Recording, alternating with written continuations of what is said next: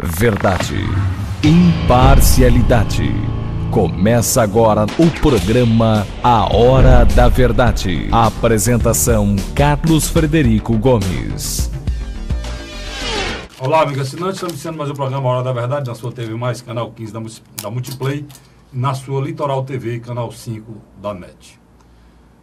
A gente sempre tem que lembrar que campanha é uma coisa muito virtual, fora da realidade, mas que é preciso ter responsabilidade, porque depois desse lado virtual da campanha chega a realidade de quem vai eleito. E nós vivemos hoje, em alguns governos, e no governo federal não é diferente, um momento muito difícil, porque o governo se pegou da campanha, não desceu da campanha na área virtual, não tinha experiência para governar o país, e hoje vive falando do passado sem conseguir colocar no presente o que é necessário para melhorar a vida do nosso povo. O governo Bolsonaro vive lembrando corrupção passada dos governos anteriores, que houve, que foi muito forte, que destruiu o país. A gente tem que sair dessa máxima de que um lado é bom e o outro é ruim. Não tem lado bom e ruim. Tem um país que vem sangrando e vem sofrendo com promessas e erros seguidos de governos e se sucedem. Essa é a nossa realidade. Infelizmente, o governo, que eu tenho fé ainda que dê certo, torço para que dê, porque se não der certo, vai piorar a vida da cidadania, a minha vida, a sua vida, a vida de todos nós. Então, o que eu estou querendo colocar bem claro é que o governo tem que deixar de se pegar a caso de corrupção, de erro do passado e passar a controlar o presente. No momento que eu estou falando com vocês aqui, 2 casos em menos de 24 horas levaram um desgaste enorme para o governo Bolsonaro. Ele sai do Brasil numa viagem para o Japão, em que ele vai participar do G20, que é a reunião anual dos 20 países mais ricos do mundo. O Brasil é desse grupo, né? E durante essa viagem, um membro da tripulação do seu avião de reserva, porque o presidente, assim, ele vai num e tem um avião de reserva, que era esse sargento, foi pego com 39 quilos de cocaína. Aí os desavisados, mas principalmente os partidários, já estão querendo colar a presidência da República a essa atitude errada desse sargento da aeronáutica. Mas isso é porque no Brasil tudo é partidarizado, né? Isso é muito ruim. O presidente Bolsonaro não tem nada a ver com isso. Ele vem fazendo isso desde 2011. O que tem a ver com o presidente Bolsonaro é ele entender que se ele quer que não haja caso de corrupção, ele tem que começar a ser mais rígido com o seu governo. Se preocupar mais no olhar para dentro do seu governo. Ele levou 29 quilos de cocaína, podia levar 2 bombas. São 30 quilos. Quer dizer, a segurança é falha. As pessoas que estão fazendo parte desse processo e vão no embarque que representa o país, é falho. E quem fez essa atitude? Um militar. Por que talvez consiga isso? Porque tem uma máxima que, por ser militar, já é um erro do pensamento do Bolsonaro, não está sujeito a erro. Isso aí deu 2 alertas para ele. Primeiro, mudar a maneira de se fazer a segurança, não só dele, como do país. E precisa. Você vê, se ele não consegue fazer a segurança de um voo que faz parte da vida dele, imagine a minha segurança e a sua. Primeiro ponto. Segundo ponto, que militar também erra. Ser militar não é uma declaração de que eu sou a pessoa mais honesta do mundo, não. Não existe isso em nada, nem com ninguém. Esse é o segundo ponto. Tá certo? Aí, para completar, hoje pela manhã, o principal assessor do ministro do Bolsonaro, do turismo, foi preso. Envolvido, na época, com a eleição desse ministro, que é deputado federal em Minas Gerais, naquela história do PSL, do Laranjal do PSL. Atinge o presidente porque era assessor do Ministério do Turismo, e atinge também o presidente porque o presidente desse partido de Minas Gerais é o filho do presidente Flávio Bolsonaro, que é o presidente do PSL, que está sendo investigado lá a questão dos laranjas na época da campanha desse ministro, que é do partido do presidente. Ou seja, o presidente já era para ter demitido esse ministro há 3 meses atrás, quando essa história surgiu. Não demitiu, por quê? Influência do filho, né? Influência das pessoas e que não entendem, né? Não entendem que quando a gente olha pro rabo do outro, tem que olhar pro seu também. Tirar a trave do seu olho para olhar o defeito do outro, né? Então, muito ruim para o governo, e a gente espera que o governo tenha esses dois casos como exemplo de parar de falar do passado, parar de falar dos governos anteriores, parar com essa história de PT, e cuidar do governo dele, fazer um bom governo e mostrar como é que se faz diferente. Acho que foi para isso que ele foi eleito, e é o que espera a população do nosso país, principalmente os eleitores do Bolsonaro. É mais ou menos isso, não, Luque? Meu companheiro Luque, que está aqui comigo hoje, né? E eu vou apresentar o Luque oficialmente, meu companheiro Luque. Eu estou acostumado a fazer esse ping-pong passando direto, mas eu quero fazer um preâmbulo aqui da felicidade que eu estou de estar aqui comigo, meu amigo, companheiro, jornalista, radialista, professor, pessoa que eu tenho um apreço de conviver há muito tempo, né? O Luque foi editor do telejornalismo da TV Vez de Mar durante 11 anos, né? Conhece a coisa, sabe do que a gente está fazendo aqui. É um jornalista e foi premiado muitas vezes, 11 prêmios só no jornalismo, pelo jornal O Povo, foi premiado pelo Diário do Nordeste. Professor e do curso de radialista no Sindicato dos Radialistas do Estado de Ceará. E é pós-graduado em jornalismo pela nossa querida Unifor. Luque, é uma honra tê-lo aqui comigo, feliz da vida. O Luque também que é assessor de um deputado estadual aqui do Estado de Ceará, do nosso amigo, deputado, e é meu ouvinte, né? O deputado Sérgio Aguiar, que já foi primeiro secretário da Assembleia muitas vezes, e o Luque também dá assessoria de imprensa, além de tudo isso que ele faz, de ser professor, da assessoria. Eu pedi o Luque que viesse aqui hoje, para junto comigo, né, a gente tentar decifrar o que vem acontecendo no nosso país, num olhar bem jornalístico, diferente do que você está acostumado a ver por aí, né? Hoje, Luque, eu venho dizendo que você liga uma rádio news, aquela rádio defende o governo de uma forma cega. Você liga outra rádio news, ela acusa o governo de uma forma cega. Não tem quem tenha mais, Luque, o olhar que é necessário que você tenha, que eu tenha. Porque a obrigação da gente é o olhar imparcial de quem faz a notícia, de quem coloca a notícia. Não é isso não, meu irmão? Prazer ter ele aqui comigo. Um abraço, Carlos. Um abraço a todos os telespectadores.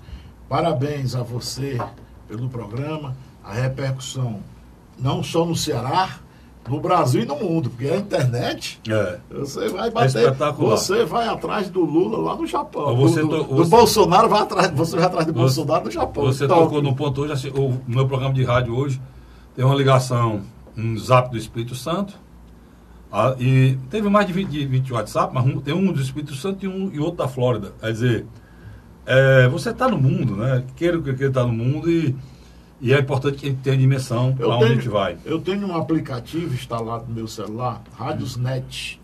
Você acredita que pega emissoras de rádio de todo mundo, som local, aqui do Ceará. Eu escuto mais o pessoal do Ceará, o noticiário dos municípios. Ontem o programa Hora da Verdade na rádio, Lu, estava fora do ar. Aí pergunta assim, não, eu vou fazer, porque está fora do ar, nas ondas do rádio. Mas eu estou no ar na net. Então, eu vou fazer. Metade do programa voltou a energia nos transmissores. E o programa da Rádio Cidade AM, do Grupo Cidade de Comunicação, meu programa voltou nos 30 minutos. Mas eu fiz o programa só por nossos, como a gente dizia antigamente, internautas, né? Antigamente eu falava internautas, é uma coisa mais... Todo mundo é internauta. Mas, Carlos Frederico, na década de 1920, no Brasil, o rádio chegou, se efetivou, e depois, quando foi na década de 1950, veio a televisão. E aí o pessoal disse logo, acabou o rádio. O rádio se fortaleceu. Quando foi mais recentemente, há 20, 25 anos, com a efetivação da internet, aí o pessoal diz, acabou o rádio. E o rádio se fortaleceu. O rádio, ele nunca vai se acabar. Verdade. Isso é um fato. Você, é onde chega a notícia para o agricultor. O agricultor, como eu vi, há coisa de 15 dias, na zona rural do município daqui do Ceará, o agricultor com a enxada na mão e um rádiozinho no galho pendurado. Esse aqui não se acaba nunca. Não ele sabe de tudo. Aí não dá para ele estar uma rede Wi-Fi lá no mato, não. Tem que ser assim. Mas você tocou num ponto que é fundamental. Quando a televisão surgiu, eu acho que o baque foi maior no rádio do que com a internet. Porque você ouvia, passou a ver e ouvir, né? Isso. Com a internet, você passou a ter outros instrumentos, mas o rádio logo se aclopou. Exatamente. Aí a internet se viu para levar o rádio aonde ele não chegava. Aquém do esperado até. Aquém do esperado até. Porque a rádio era limitada até onde as ondas do rádio levavam aquela frequência. Exatamente. E hoje não.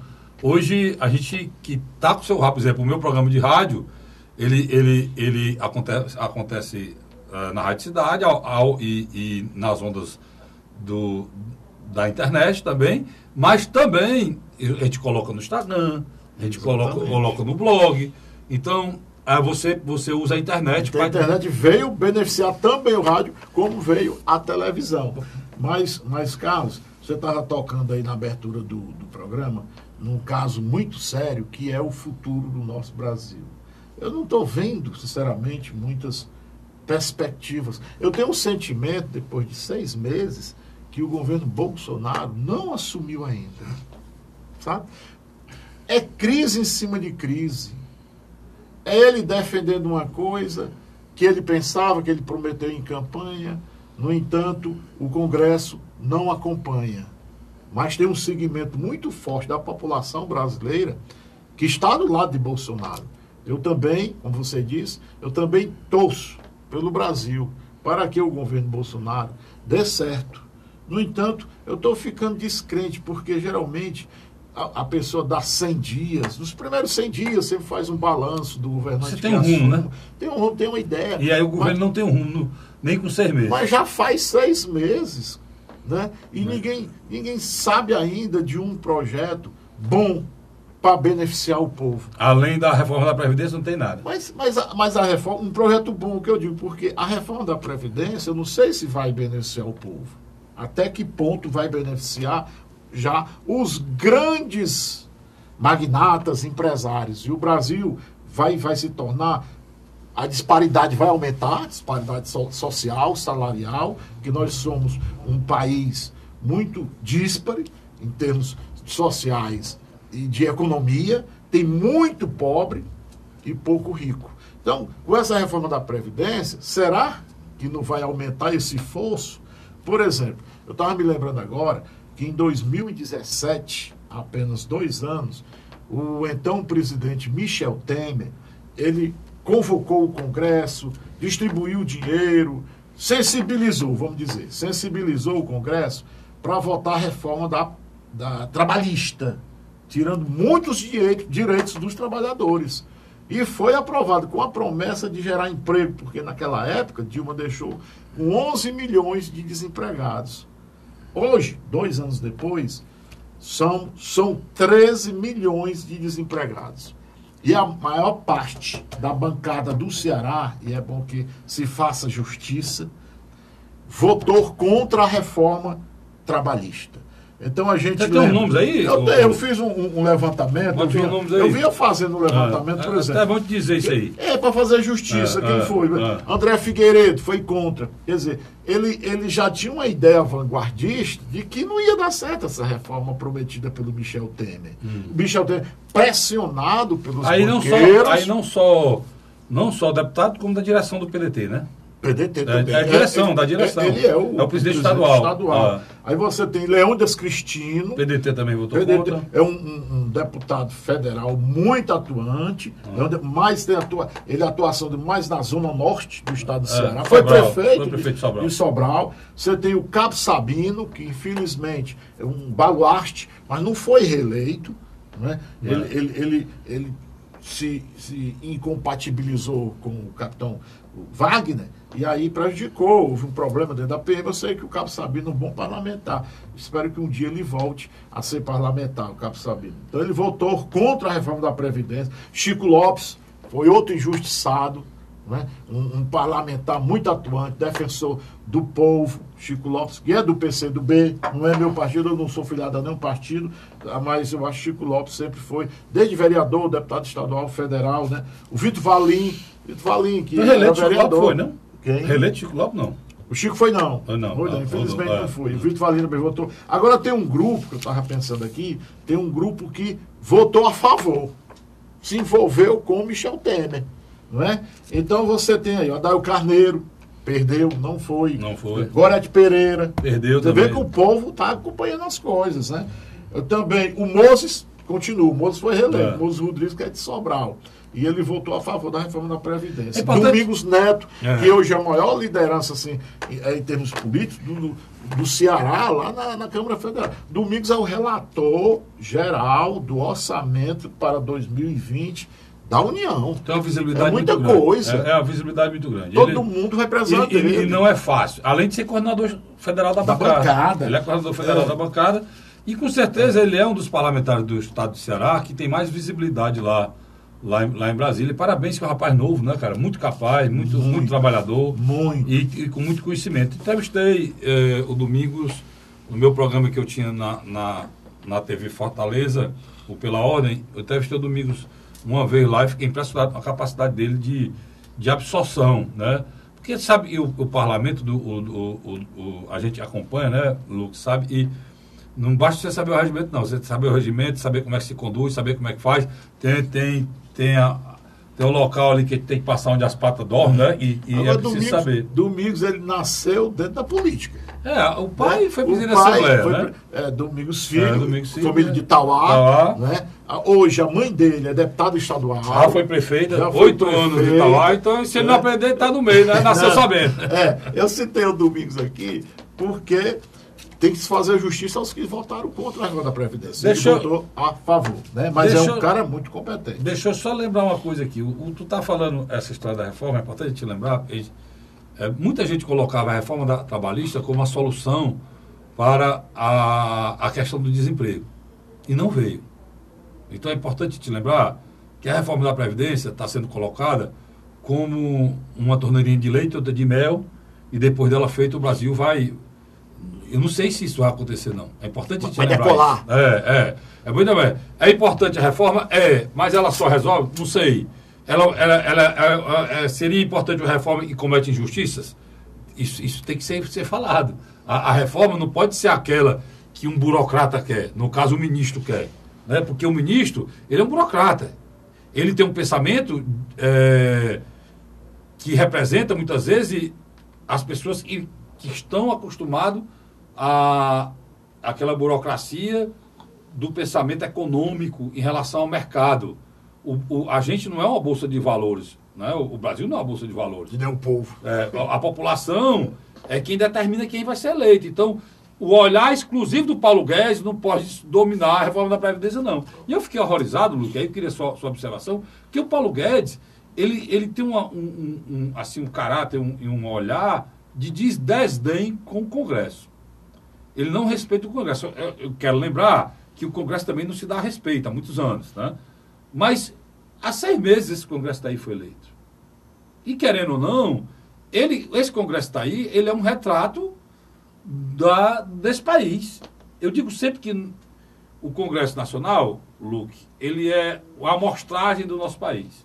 Porque lá tem todas as bancadas. Tem a evangélica, tem a da bala, tem a dos empresários, tem a da turma do agronegócio. O parlamento ele é plural. É plural. Né? E ele representa todos. Tem os deputados que são eleitos através dos sindicatos rurais. Tem operário, tem sindicalistas, tem tudo. Então, é como você chega no galpão de frango e você quer pesar... Eu dou sempre esse exemplo no rádio, vou dar aqui na televisão. Você quer pesar... Você tem 4.000 frangos e não sabe o peso dos 4.000 frangos. Você pega 100. Pega 2 aqui na frente, 2 aqui do lado, 2 lá no fundão, 3 no meio, e vai pegando, aí soma 100 frangos, aí você pesa. Quando termina a pesagem, Luke, que você vai conferir depois que vendeu e pesou mesmo todos os frangos no caminhão, é igual. Pronto, a mesma coisa. A mesma coisa. Tem que ser prático, a né? mesma coisa é o Congresso. O Congresso é... Os 500 lá representam a população brasileira. Pronto. Com os seus defeitos e suas virtudes. Então é preciso que a gente toque nisso. Mas parece que eles não querem aceitar o pensamento do parlamento. Ele diz, a reforma tem que ser 1 bilhão. Se for 950... Um trilhão, melhor dizendo. Se for 950 bilhões, não está bom, não? Eu acho que o governo Bolsonaro precisa aprender e entender que ninguém governa só, né, Lucas? Eu acho que o executivo, né, deveria dar o exemplo. Executivo nacional, Brasília, a União. Por exemplo, você vai fazer uma viagem dessa, presidente Bolsonaro, são 3 aviões. Né? Vão 2 equipes precursoras na frente para olhar. Esse avião que foi pego com cocaína na Espanha, em Sevilha, ele foi para a Espanha. Mas já tinha um lá, que é o reserva, passou para Tóquio. Fez a escala e já estava esperando o presidente lá. No mínimo aí, entre assessores, convidados, são 60 pessoas ganhando diária. Uma viagem de um presidente. Diárias internacionais. Em dólar. Né? Então, bote aí 3 dias para esse pessoal chegar na frente e voltar atrás. Eu estou me lembrando... Aí bote hotel, tudo pago pela gente. Eu estou me lembrando, e no início da primeira viagem fizeram um cálculo. Não, tá aqui Bolsonaro, só vem ele mais 2, só vai um avião, diferente como era antes, ó, ou o tempo vai levando, os caras vão se soltando. Aí hoje chega a verdade, em vez de um avião... São 360. Olha, só foram o Bolsonaro e 3 ministros. Aí mostrou só ele no avião. Ninguém disse naquela época, e para ele viajar tinha ido mais 2 aviões, né? Se vai bater, não vai... Isso é uma determinação lá da segurança. Agora, se eu sou o presidente, quero austeridade, rapaz, não precisa não. Vai uma só aqui, porque se esse cair, eu mando chamar o outro, né? Se eu sobreviver. Só de combustível. Então, o exemplo deveria partir de lá. E descer para os governadores, também descer para os prefeitos, para as câmaras municipais, o que tem de diária por aí, de vereador para Fortaleza, sem viajar. Se viajar, será ótimo. TCE tem tudinho. Se viajar, será ótimo. Aí eles pegam a declaração, botam na Câmara e recebem 5 diários. Estava em Fortaleza representando o município e tal. A moralidade tem que começar por aí. Se realmente houver... eu acho correto e o vereador sai do seu município e vem aqui tentar resolver os problemas do seu município aqui. Agora, isso é muito fácil ser resolvido. É muito fácil ser entendido, ser resolvido e ser provado. O problema é que eles usam esses artifícios em todos os níveis, como disse o Luco. O Luco foi muito feliz. Eles têm que vir de cima, cara. Esse exemplo tem que vir de cima. Né? A questão da diária deve ser levada de uma forma correta, para que a gente não critique quem realmente está trabalhando pelo município. Né? Carlos Frederico, todos os grandes assessores de Brasília e também dos governos do Estado têm um cartão corporativo, cartão de crédito. Sabe para que é isso? Você bota combustível, aí quem paga é lá o setor financeiro do Palácio. Você chega no restaurante, só almoça nos melhores restaurantes. Passa o cartão, quem paga. Setor financeiro do Palácio. Eu acho isso, desde que inventaram isso, Luque, eu acho isso uma coisa... Como é que funcionava antes do cartão corporativo? Ticket, alimentação. Então, botava o salário, botava dentro do salário, você era ressarcido. Você pegava as notas... Ou fazia nota fiscal. Aí vinha nota fiscal, aí criaram o cartão corporativo, foi um grande mal à administração pública. Pois o Bolsonaro não acabou. Quer dizer, que são coisas pequenas, exemplos pequenos que nós estamos dando neste momento. Foi muito criticado o cartão corporativo do Lula, inclusive, na época, o Lula, a Dilma, porque dentro desse cartão corporativo tinha compra de vinhos. Caríssimo, de 10 mil reais, de 12. Quer dizer, esse tipo... E quando você combate a corrupção, aonde está querendo chegar aqui? Não basta você dizer que é sério, não. Você tem que ser sério. Né? Não basta falar, não. Não adianta só aparentar. Só aparentar, não. Então, é muito sério essa história de combate à corrupção. E é preciso... Hoje a discussão no Brasil, Lucas, o que eu lamento no Brasil é que a gente está igual um município do interior do estado. Você conhece muito bem como é que é. No interior do estado é o seguinte, existe os prós-prefeito e os contra-prefeito. Geralmente tem 2 rádios. Quando tem 2 rádios, não tem outra coisa, um jornal, alguma coisa para se contrapor. Tem 2 meios de comunicação. Aí aquela rádio, ela é ligada ao prefeito, ou a rádio é contra o prefeito. E os problemas do município, eles existem, são muitos, gravíssimos, por sinal.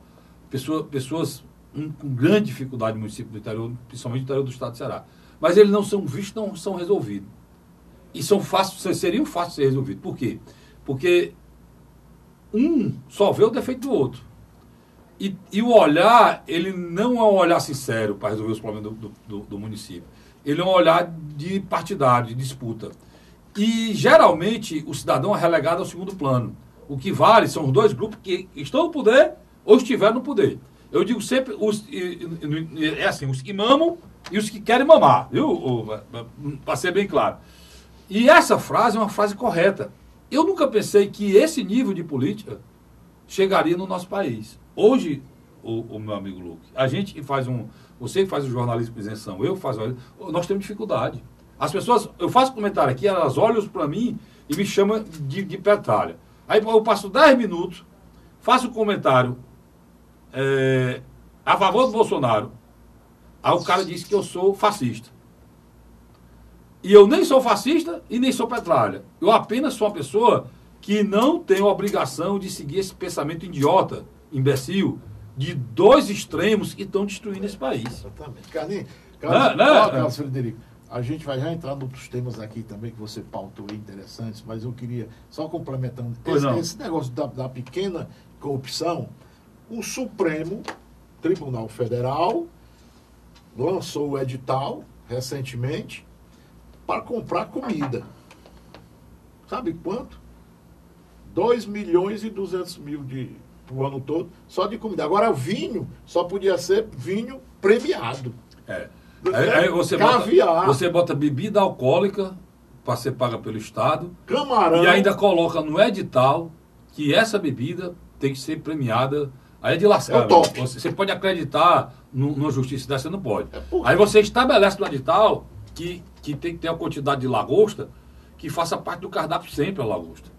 A lagosta é uma iguaria que até durante um certo período do defesa é proibida a pesca.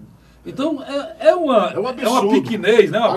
Agora, os ministros do Supremo não perceberam ainda as filas que existem nos hospitais para pessoa mais simples, principalmente pessoa do interior. Sendo bem claro, também em Fortaleza.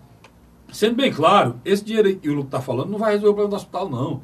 Mas é muito triste você ver pessoas que não são atendidas e, ao mesmo tempo, querer pegar dinheiro público para isso. Exatamente. Mas se você a questão da ética, né? Mas se você juntar R$1 de economia de milhares e milhares de repartições públicas, quanto é que não dá? O Brasil vive um grande problema hoje. Por que é que os governos de primeiro mundo conseguem dar ao cidadão, dar a resposta ao cidadão nas políticas públicas necessárias de saúde, educação, transporte, e a gente não consegue? Essa é claro.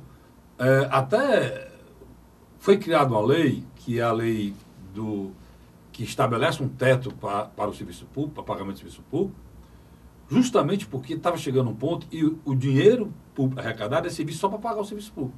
É o que o Lucas está falando. Então, nos outros países, 70% é de investimento, 30% é de serviço público. No Brasil, ao contrário, quando nós estamos bem, está com 70% de serviço público e 30% de investimento. O que é investimento? Investimento é saúde, educação, rodovia, estrada, aeroporto, construir hospital. Então, o que é que acontece? Por que é que o governo não consegue entregar a gente o que está pré-estabelecido na nossa Constituição? Justamente por conta disso, no que você tocou. Exatamente, por falta do dinheiro. O dinheiro que vai sobrando e sai nas diárias, que sai nesses cartões corporativos. Esse dinheiro pequenininho. E na soma, no final, o município que arrecada 1 milhão, 70% é custeio. 30% é investimento, 30% vai para a saúde, para a educação. As pessoas não entendem por que aqui na Alemanha consegue, porque na Alemanha é inversamente proporcional, é o contrário. Na Suécia, na Noruega. Os parlamentares vão trabalhar de bicicleta.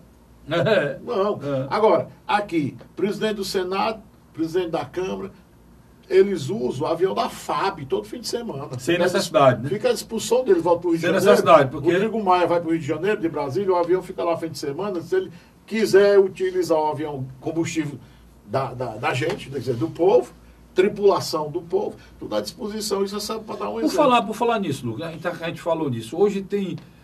o presidente Bolsonaro se reuniu com Alcolumbre lá do Senado, com o Maia lá da Câmara, com o Toffoli lá do Supremo. assinado lá um pacto para o Brasil melhorar, e depois desse pacto foi que complicou. Foi que, em vez de melhorar, piorou. Tá aí o Maia isolado, dizendo a reforma sozinho, brigando com o presidente, o Supremo cheio de artimanha, com problema em relação ao Moro. O Moro brigando com o Supremo brigando com o Moro, o Maia brigando com o presidente, o Alcolumbre derrubando decreto do presidente. São poderes. A Constituição diz que são poderes harmônicos e independentes, né? É o samba do crioulo doido, né? Mas a ideia que eles passam é que o Bolsonaro não atendeu aos reclames, às reivindicações, nem do presidente da Câmara, Rodrigo Maia, e nem do presidente do Senado, Davi Alcolumbre. Não atendeu. Então eles dizem para o presidente, não se preocupe, está tudo certo. Aí quando eles saem do Palácio do Planalto, eles vão para o Congresso, eles dizem, rapaz, vamos sentar em cima desse negócio aí, tá, não sei o quê. Enquanto, esperando que o Palácio atenda. Esse jogo de interesse é que também está extravagando o progresso do país. Eu me lembrei do... Enquanto isso, a banda vai passando e a gente vai ficando para trás, né? Eu tenho que ir para um rápido intervalo e volto já com o segundo bloco do programa Hora da Verdade. Sai daí não, volto já. A Hora da Verdade.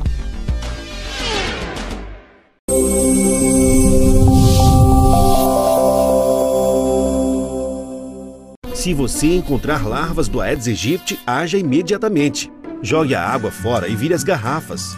Ou use para decorar sua casa. Não deixe água parada. Entre em ação. A melhor defesa é a prevenção. Para promover a cidadania, democratizar os serviços públicos e reforçar ações sociais por todo o Ceará. A Assembleia Legislativa criou a Ideia Certa, um conjunto de ações para informar e conscientizar a população sobre diversos temas, como direitos das crianças e o combate à violência contra a mulher. Participe e venha com a gente mostrar que uma ideia certa pode melhorar o dia a dia de todos os cearenses. Assembleia Legislativa do Ceará.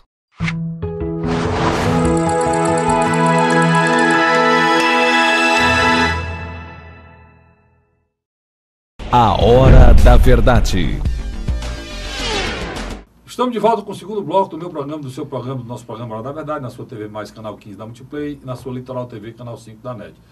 Luque, a crise hoje mais falada, e a gente já encheu o saco disso, mas a gente é obrigado a falar, que até o futuro do julgamento do país vai estar muito em cima disso, né, Luque? É a questão do Intercept, né?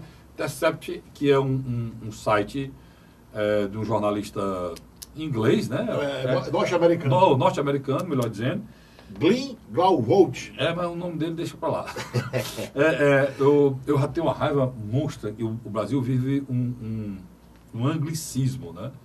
Você, com essas pessoas modernas e misturadas em economia, se você pegar, você que é professor de português, sabe o que eu estou falando. Se você pegar uma oração do cara, uma frase, tem 4, 5 palavras em inglês no mês que podia ser demais traduzida, mas as pessoas fazem questão de não traduzir. Você assiste um programa de entrevista, as pessoas falam 7, 8 expressões em inglês no meio do... Principalmente por causa da internet, a massificação da internet, tudo é mouse, Word, tudo é... se for para essa área é pior, né? É tudo, né? Eu não falei nessa área, não. Eu estou falando em expressões mesmo de gestão, que hoje são usadas com naturalidade, né? A história do compliance, né? Tudo hoje. Mas deixa eu chegar onde eu estou querendo chegar. O Intercept. O Intercept. Esses vazamentos criminosos mostraram para o Brasil que existe uma vontade muito grande de punir o ex-presidente Lula e de interromper um ciclo de corrupção que estava havendo no Brasil. E o juiz Moro foi o responsável por isso, junto com o Dallagnol.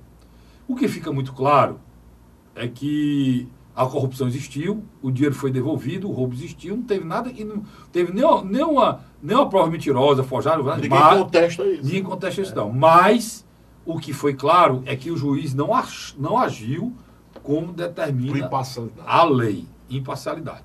Eu sou magistrado, está ali meu colega, companheiro aqui da rádio da TV Mais e da Litoral TV, o Ayrton, tá do outro lado da Câmara, que seria o meu advogado, e o meu companheiro Luque aqui seria o promotor.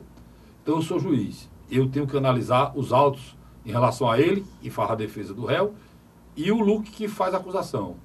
Eu não posso me juntar com o Luque. O Luque dizer que o Luque é para fazer, dizer qual é o Luque testemunha. Para punir. E nem absolver. E nem absolver. O que é que aconteceu em relação à Lava Jato, para que você possa entender?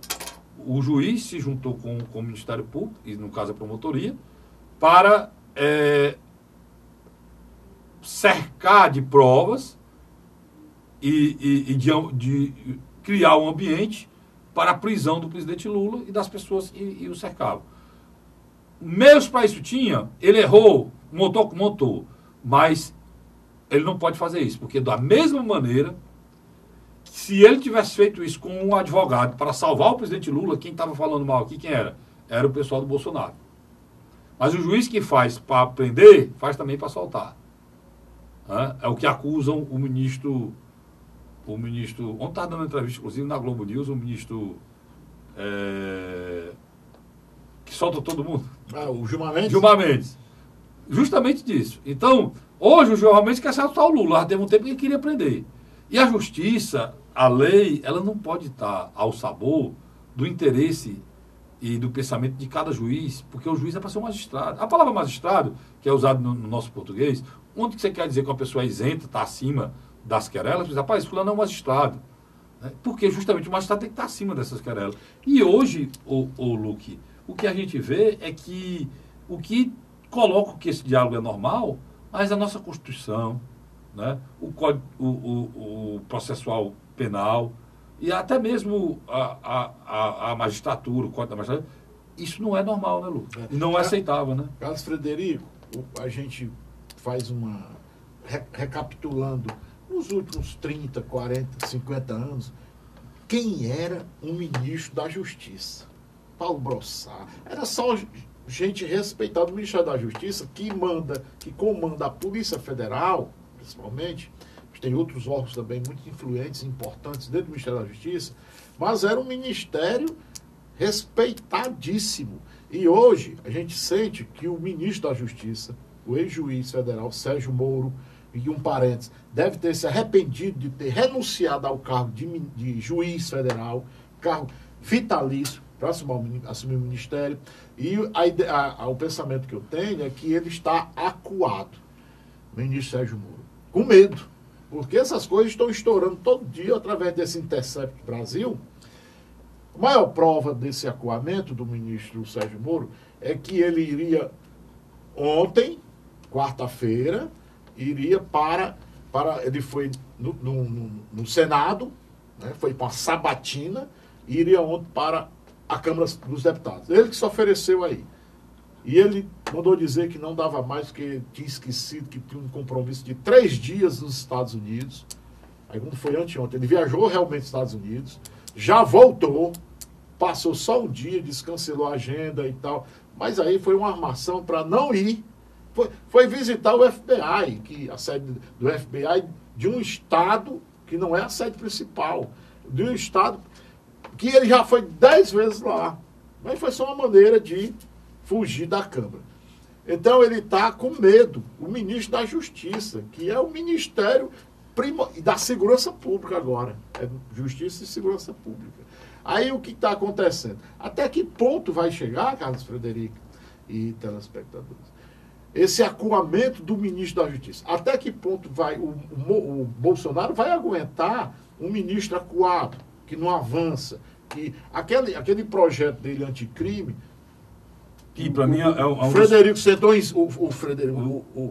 o Rodrigo Maia sentou em cima. E é muito ruim. Né? É por isso que eu estou querendo colocar aqui os poderes, em vez de trabalhar para resolver os nossos problemas, eles estão brigando entre si. E o tal do independente e harmônico, eles são independentes mesmo. Agora, de harmônico, ele não tem nada. Né? Ele não tem nada. E quando eles são dependentes, não são independentes, são dependentes um do outro, é porque tem um esquema de interesse, como o Lucas disse, por trás. Quer dizer, a situação do Brasil é muito difícil. E não muda com o governo. Isso muda quando? Quando o cidadão brasileiro entender que nós temos que sair desse cabo de guerra. O brasileiro errou, Luke. Na realidade, o brasileiro errou. O brasileiro achou e se contrapondo a uma situação, ele ia resolver o problema. Não, o cabo de guerra continua. Só que a gente é que acorda. A continuar essa situação, eu não estou... A gente é que acorda. Puxa a gente para um lado, puxa a gente para o outro. E estão querendo partir a gente do meio. Né? Então, eu acho que um fato desse que você conta é exatamente essa história do Intercept, exatamente ela coloca essa contradição brasileira hoje, a politicagem, essa politicagem barata, esse partidarismo exacerbado. Você sabe por quê? Vou dar um exemplo claro. Eu via antigamente o que é que foi feito na época das prisões do Ministério Público dos políticos. O Ministério Público, em conluio com as TVs, soltava documentos oficiais que chegavam na Globo antes de serem, principalmente na Globo, antes de serem executados. Prisão, condução coercitiva. Isso é legal? Não, isso é ilegal. Quem fez a legalidade da TV Globo? Não. A Constituição dá a mim e ao Luke a primazia de eu não revelar a minha fonte, se é que fonte for, até criminosa. Isso está na Constituição. É a liberdade de imprensa. Agora, quem é o criminoso? É o membro do Ministério Público que soltava aquelas mensagens oficiais que eram sigilosas e não vazava e não podiam ser vazadas. Aí, o Lula, o PT, a Dilma reclamavam disso constantemente. E era uma vergonha esses vazamentos, né? Perfeito. Agora, inverteu. E foi que inverteu. Esses diálogos, que está sendo colocado na imprensa hoje pela Intercept Brasil, são ilegais, Luke. São ilegais. Mas são verdadeiros, ao ponto, são tão verdadeiros, que o Moro, essa semana, pediu desculpa ao Movimento Brasil Livre, porque chamou eles de idiota num desses diálogos. Carlos Frederico, eu defendo uma frase... Então, só para terminar o raciocínio, para você continuar daí. O que é que a gente vê hoje? Hoje, para a esquerda, os diálogos valem. Mesmo sendo diálogos vazados de forma ilegal. Antes, a esquerda, esse diálogo vale, é que dizia que os vazamentos, que aquele diálogo feito, eram ilegais e não podiam vazar. E a direita hoje, que é o Moro, dizia o quê? Que eram todos verdadeiros. Que o que importava era o conteúdo, não era se o vazamento aconteceu ou não. Ou seja, é o mesmo... É o cabo de guerra que você fala. E quem está no meio disso? Somos nós, são a população. Que enquanto eles brigam, a nossa vida vai pro buraco. O Luke colocou. Eram 11 milhões de desempregados, nós estamos indo para 14. E se não houver investimento privado nesse país, nós vamos acabar. Como é que você vai investir num país em que o governo é um governo que não transmite segurança, a oposição não transmite segurança, o Congresso não transmite segurança e a justiça, pelo amor de Deus. Mas é difícil. Carlos. Viu, Carlos? Olha, tem uma frase sobre o Intercept ainda. Só uma frase que eu defendo que diz o seguinte. Tem muita gente. A imprensa é o quarto poder. Legislativo, judiciário, executivo. É o quarto poder. Eu defendo a frase de que a imprensa não pode ser o quarto poder. A imprensa deve ser o antipoder. É isso mesmo. Que é para pegar o Intercept desse, de forma irregular ou não, o importante é que tem fundamento. Se não tivesse fundamento, este norte-americano, já estava preso. E a Constituição brasileira... E ele foi em cima do ministério... Ele estava no Congresso ontem. Do Ministério... Estava na Câmara ontem, né? Foi, anteontem. Tá? Terça. Então, ele foi em cima do Ministério, supostamente, dentro da Constituição, um dos mais importantes, que é o Ministério da Justiça. E a Polícia Federal não foi acionada, não agiu. Por quê? Porque tem fundamento. Eles têm que ir atrás do hacker e de forma ilegal fez a fonte dele, né? Eles têm que chegar na fonte. Mas eu acho que tanto Moro, Bolsonaro, o governo, a Polícia Federal não deveria querer saber qual foi o hacker, onde foi e tal. Se fosse num país mais ou menos sério, queria saber se tem fundamento. Seu ministro, O Sérgio Moro, realmente houve esse diálogo? Mas o que é que eu acho que deve ser feito? E aí o Supremo foi bom em adiar o julgamento para tentar fazer isso. É que forçar pelo menos que o site divulgue tudo e coloque numa nuvem, né?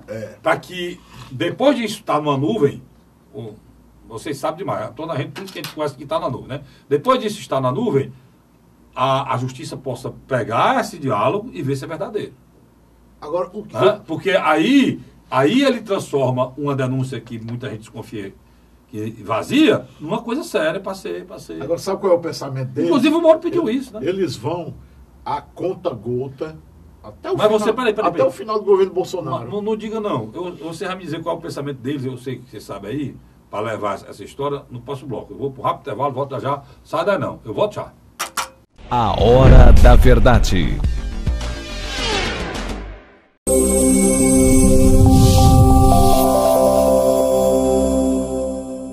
Se você encontrar larvas do Aedes aegypti, haja imediatamente. Jogue a água fora e vire as garrafas. Ou use para decorar sua casa. Não deixe água parada. Entre em ação. A melhor defesa é a prevenção. Para promover a cidadania, democratizar os serviços públicos e reforçar ações sociais por todo o Ceará. A Assembleia Legislativa criou a Ideia Certa, um conjunto de ações para informar e conscientizar a população sobre diversos temas, como direitos das crianças e o combate à violência contra a mulher. Participe e venha com a gente mostrar que uma ideia certa pode melhorar o dia a dia de todos os cearenses. Assembleia Legislativa do Ceará.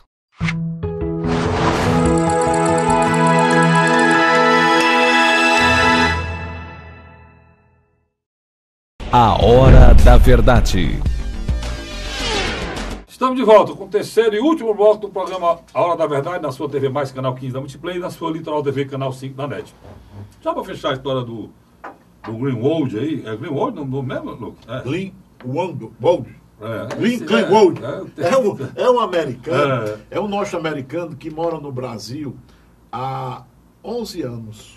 Aí ele se apaixonou 2 vezes. Olha, você vê como é que é. Ele se apaixonou, porque o país, o Brasil é muito aberto. Você vê que está em São Paulo, que tem mais hoje, trabalhando, a maioria no trabalho informal, são peruanos, venezuelanos, mas é um país colombianos, bolivianos. Mas é um país aberto. Então, agora, para você entrar nos Estados Unidos, é difícil. Mesmo querendo fazer turismo. A cena de ontem, aquela cena terrível, daquele rapaz morto com a criança. 25 anos, a filha de 2 anos. Ali está a imoralidade mundial. Aquilo ali me traz uma revolta dentro de mim. Que o capital, o dinheiro, Luque, está sempre acima de tudo, acima de amizade, acima da família, acima de tudo. O dinheiro do mundo circula o mundo todo. Nós brasileiros hoje somos vítima dos cartões de crédito, vítima dos bancos, todos internacionais, e não teve um presidente até hoje, nem Dilma, nem Lula, nem de esquerda, nem de direita. Que botasse moral. Que botasse moral nisso. Todos eles são iguais. Inclusive o Bolsonaro. Tudo é igual. Tudo é igual. O Bolsonaro entrou com essa promessa. Há quantos anos exploram o cidadão brasileiro? Olha, você tem ideia, nós temos uma crise agora grande, Lucas, crise grande. O juro era para ter baixado, o Banco Central de forma imoral está forçando a barra ao juro alto para dizer que tem que aguardar a reforma da Previdência. Ele tem que aguardar coisa nenhuma, ele tem que tomar decisão. Isso é da decisão dele. O Banco Central não é político. É um tipo de chantagem. É chantagem vergonhoso. Aí, eu tô querendo... ninguém toma as providências. Eu estou querendo chegar no ponto. O dinheiro circula, agora as pessoas morrem, mas não atravessam um rio. Por isso que é revoltante o que está sendo feito nos Estados Unidos pelo Trump, né? E o Luke coloca uma situação que é preciso que a gente comece a pensar nisso. A pensar que os governos têm que ter responsabilidade, né, Luke? Exatamente.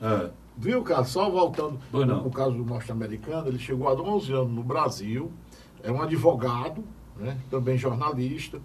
Ele participou de várias escutas e tal, ganhou até vários prêmios sobre isso, porque o jornalismo lá nos Estados Unidos ele é mais diferente, ele é diferenciado. Ele derruba até o presidente da República. Derrubou o Nixon. Derrubou o Nixon. E ele veio se apaixonou pelo Brasil e se apaixonou pelo um carioca, o cara hoje é deputado federal. Homossexual. O John Williams renunciou e ele é meu suplente. Olha o enredo disso aí. E ele é casado. Olha o enredo disso aí. Olha o enredo que ele está passando aqui. E por isso que aquele House of Cards, que houve um sucesso muito grande, no Brasil era a seriada Refuleiragem. Pega um enredo desse. Olha esse enredo aqui, presta atenção. O cara que está divulgando tudo isso é simplesmente namorado do dono. Casado com o dono desse site, que é o suplente do Jean Willis, que é do pessoal que é arco inimigo do Bolsonaro. Aí você faz a ligação, se você fizer a ligação, o que é que vocês estão querendo dizer com isso? Tudo isso pode ser, é uma questão partidária. Quem é que está no meio? Nós, brasileiros. Nós estamos no meio de uma questão partidária. Tudo é politicagem barata, né? Para esvaziar o governo Bolsonaro.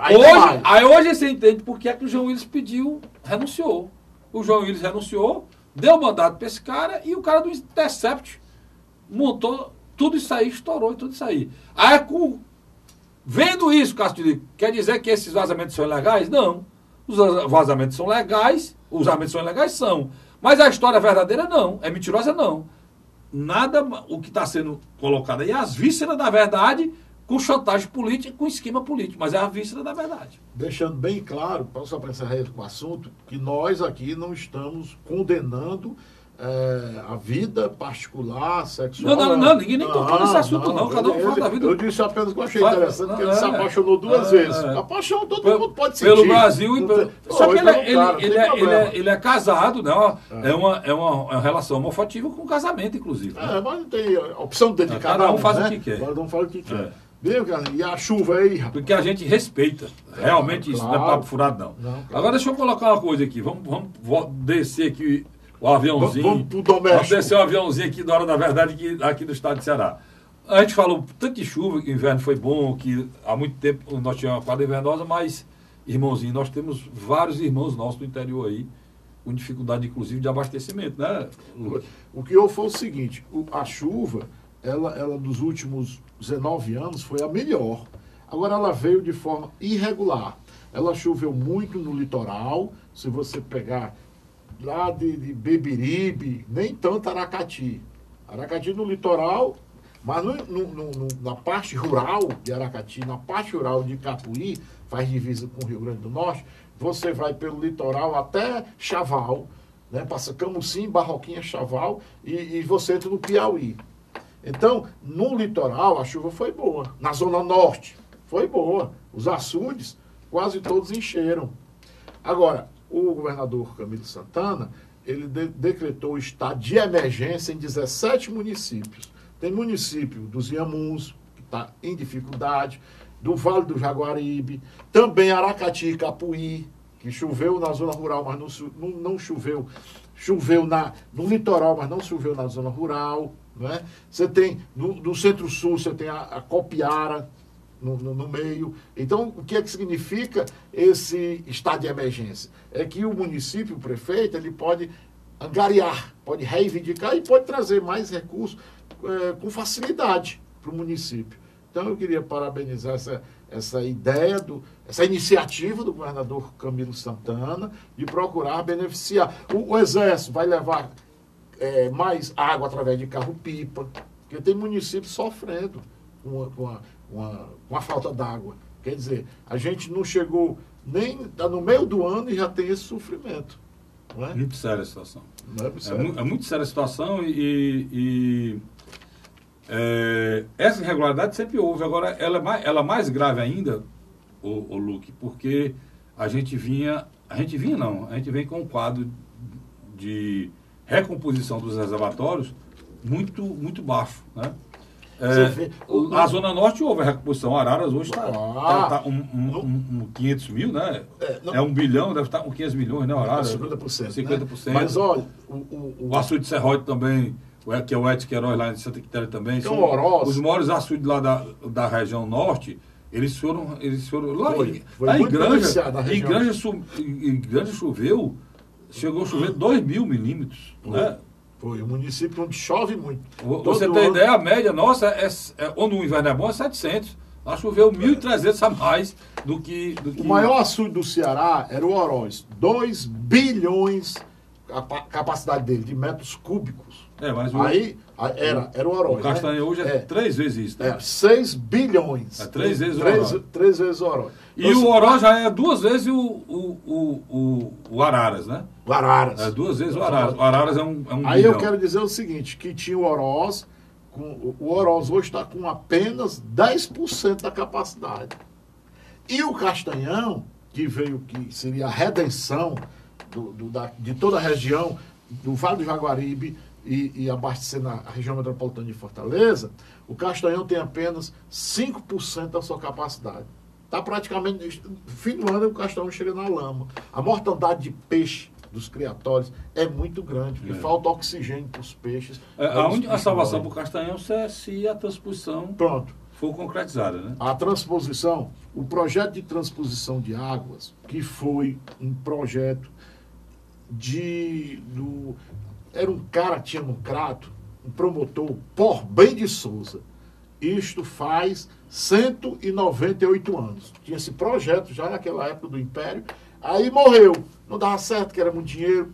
Quando foi em 1995, no primeiro ano do mandato dele, o saudoso deputado Wellington Landim, lá de Brejo Santo do Cariri, ele teve essa ideia e fez um movimento regional. E Fernando Henrique prometeu, recebeu 1 milhão de assinaturas, não andou e tal, veio andar no governo Lula e Lula botou para cima. O que falta, só 5% que Bolsonaro precisa para terminar, para chegar ao que já chegou em Pernambuco, para entrar no Penaforte, Jati, Brejo Santo, aí entra no Vale do Salgado, aí chega no Castanhão. Chegando no Castanhão, é a certeza de que a gente tem segurança aí. Agora, o grande problema, a operacionalização desse canal, que ainda não foi resolvida. O deputado Guilherme Landim esteve aqui comigo no mês passado. Esse mês ainda, né? Acho que foi início desse mês, eu acho que o Guilherme Landim esteve comigo. Filho do Wellington Landim. O idealizador. E é o presidente hoje da comissão, que acompanha a execução da obra. Inclusive, ele onde esteve aqui, disse, e ele já esteve lá, já fez a visita, e vai voltar com alguma... Agora ele vai para Brasília. Vai para Brasília, agora, levando seguinte, já uma radiografia para a conclusão dessa obra. Cid Gomes foi inteligente. Ele também criou, paralelamente, só para esclarecer o telespectador, um projeto chamado Cinturão das Águas. Como é que essa água que vem do Rio São Francisco para o Castanhão vai chegar lá na Serra da Ibiapaba, vai chegar lá na Serra do Araripe? Então, esse Cinturão das Águas, quando as águas chegam no Ceará para o Jati, para o Penaforte, Jati e Brejo Santo, aí já tem outro canal com elevatórias para pegar água, botar nos riachos dos porcos, aí sobe a serra através de outro elevatório para abastecer todo o Ceará, rebater na zona norte do estado. As águas que vão entrar lá pelo Cariri, pela zona sul. Esse projeto é um projeto mais ambicioso, né? E também está faltando dinheiro. Está faltando dinheiro. Porque o governo Bolsonaro, o Ceará recebia 98 milhões por mês para tocar a obra de transposição. Não era o governo do estado. O governo federal pagava as construtoras, as empreiteiras, a empreiteira pagava os funcionários, 98 milhões por mês, o governo federal. E agora, Bolsonaro está pagando 10 milhões. Aí não está andando. Praticamente inviabilizou esse projeto. Mas eu queria, por falar em projeto de governo do estado, deixa eu mandar um abraço aqui para o governador Camilo Santana. E o nome da secretária da Fazenda hoje, eu me esqueci o nome. Parabenizar a secretária da Fazenda. O Mauro Filho deve estar pelo meio. Eu acho que Copaíba. O Mauro Filho deve estar pelo meio. Por uma atitude que tomou. Eu acho que o governo é isso. O governo tem que saber como está o cidadão e tomar decisões de acordo com a cidadania. Eu estou falando da possibilidade que o cidadão cearense tem hoje de parcelar o IPVA quem não pôde pagar no parcelamento inicial. Então, parabenizar o governador Camilo. Tem muita gente que não pôde fazer, a crise é muito grande, né, Luque? E está oficializado, tá? Está oficializado no site já essa possibilidade, né, Luque? Se tiver interesse... Eu acho que isso é fundamental para que quando você reconhece uma situação e procura ajudar o cidadão. Eu acho que é o que está faltando a nível do governo federal. O governo Bolsonaro, muita gente brincou com aquela proposta do Ciro em relação aos 65 milhões de pessoas que estavam no SPC e no Serasa. É uma crise hoje que o Brasil vive. O governo Bolsonaro devia pensar nisso. Arranjar um jeito de tornar adimplente esses consumidores que vivem explorados pelo sistema bancário, Luque, e não conseguem mais voltar porque os juros cobrados são... Você pagando um cartão de crédito 350%, outra coisa... Com inflação de 5%? Outra coisa que o salário aumenta 5%. Outra coisa que o governo Bolsonaro devia começar a olhar, chamar o pessoal da economia e dizer: até agora vocês têm dito o que é para me fazer, agora eu vou dizer o que é para ser feito aqui para ajudar o cidadão brasileiro. Não está sendo feito, né, Lucas? Exatamente. O governo, Carlos Frederico, quando é em época de campanha, a gente tudo se promete, né? Vibra. Mas esse aqui é o cara. Esse aqui é o cara. Quando ele assume, ele se envolve de tal maneira no sistema financeiro da economia que os banqueiros, eles não dão burro em ponta de faca. Se tem 5 funcionários no setor, ele pega, bota um caixa eletrônico, deixa só um. Não tem mais funcionário. É o lucro. O cara quer o lucro por cima de qualquer coisa. Olha, o maior exemplo deveria partir, sabe de quem? Do Banco do Brasil e da Caixa Econômica. Eu sou leigo. Se os dois baixassem o juro... Aí todo mundo corria para lá com a competitividade, Bradesco, Itaú, e todo mundo ia baixar. Você disse tudo. A solução está na mão de quem? Do governo. Do governo. Se ele quiser. Luque, obrigado por ter vindo aqui, cara. Foi bom. Eu quero lhe dizer que vai ser só essa vez, não. Nessa vez que me ajudando. Me ajudando pra gente. Não, assunto não falta, não. Falta tempo para discutir os assuntos. Assunto falta, não. Falta tempo para discutir os assuntos. E o Luque disse tudo aqui agora. O que precisa é sensibilidade e respeito com a cidadania. O respeito à cidadania é fundamental para a gente continuar. E que você, quando for na época da eleição, veja o que realmente é verdade e o que não é. É fácil, olhe nos olhos de quem está falando e você consegue entender. Não dá para prometer tudo, não. Teve uma eleição aí, prometeram até dar comida dos gatos e os cachorros, né? Quem está faltando comida para nossas crianças, né, irmãozinho? Às vezes é preciso respeito com a cidadania. Grande abraço e eu te volto na próxima semana, se Deus quiser, com mais um programa Hora da Verdade. Até lá. A Hora da Verdade. Se você encontrar larvas do Aedes aegypti, haja imediatamente. Jogue a água fora e vire as garrafas. Ou use para decorar sua casa. Não deixe água parada. Entre em ação. A melhor defesa é a prevenção. Para promover a cidadania, democratizar os serviços públicos e reforçar ações sociais por todo o Ceará. A Assembleia Legislativa criou a Ideia Certa, um conjunto de ações para informar e conscientizar a população sobre diversos temas, como direitos das crianças e o combate à violência contra a mulher. Participe e venha com a gente mostrar que uma ideia certa pode melhorar o dia a dia de todos os cearenses. Assembleia Legislativa do Ceará.